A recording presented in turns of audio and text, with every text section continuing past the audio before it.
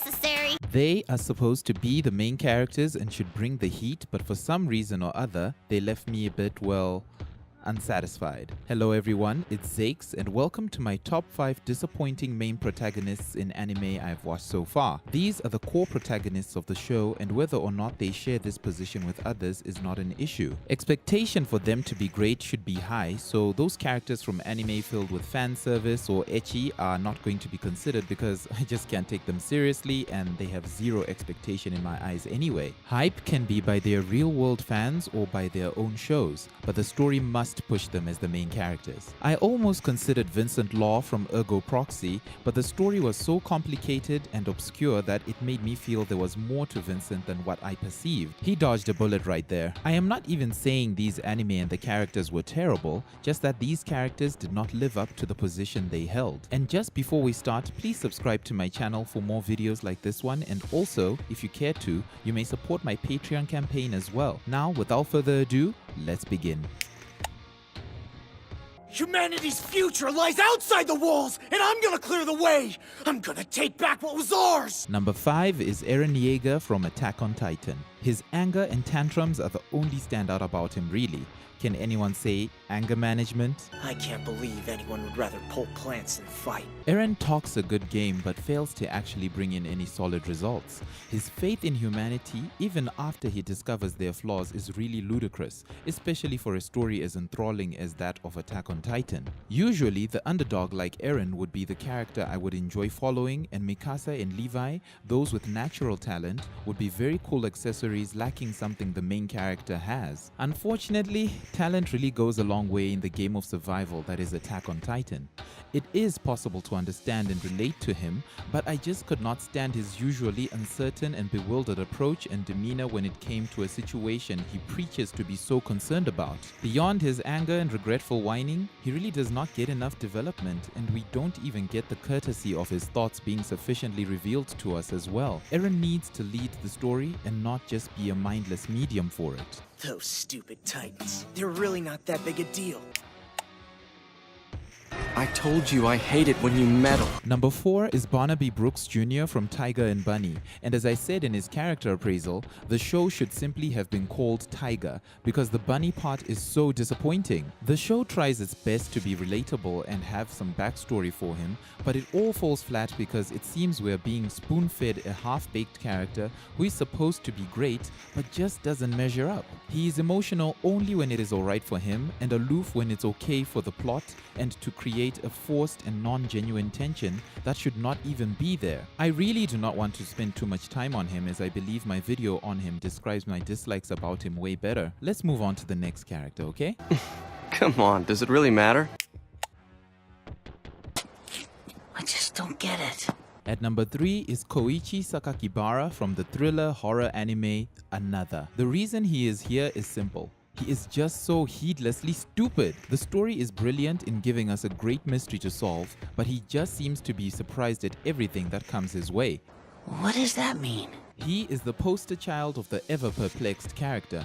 Yes, I know he is a high schooler and has been out of the loop for a while due to his ill health, but still, we are forced to follow him and he can be a bit too much on the unobservant or non-deductive reasoning side. It's like the story knew where it wanted to go, but didn't know where or what route it should take to get there. Thus, we ended up with Koichi, the guy in the dark to the last minute when the plot decides to suddenly give him some form of empathy and initiative. For example, bad things are happening around him due to his questions and association with a certain someone, but he is still willing to just keep forging forward without any concern for the safety of his entire class, just to be nice to one person and satisfy his own curiosity. No! I'm not sure how to answer that.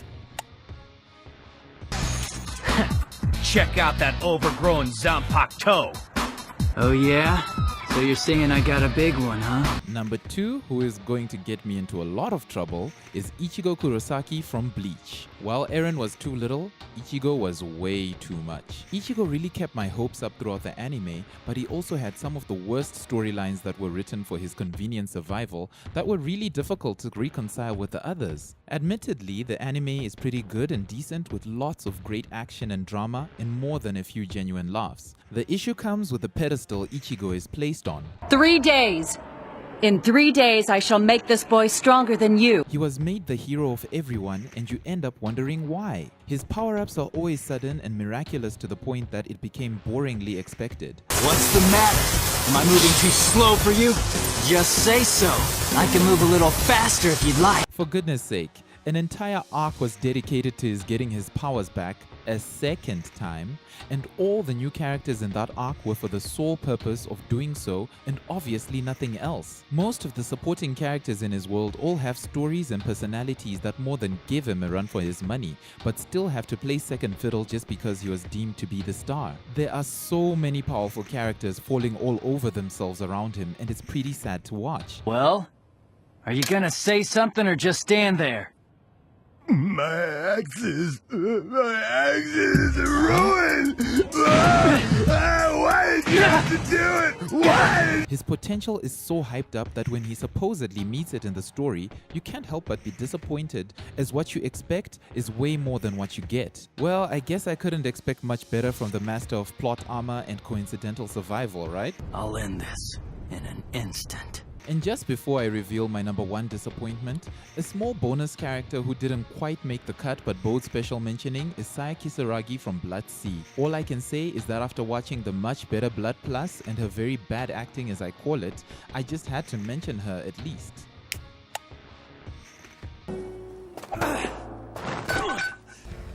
Like I said, I'm not that good. And number one is Hei from Darker Than Black. The main reason he is on top is because it's like we're always at the verge of him doing something great, but he just drops the ball each time. His actions really don't seem that big a deal to me at all.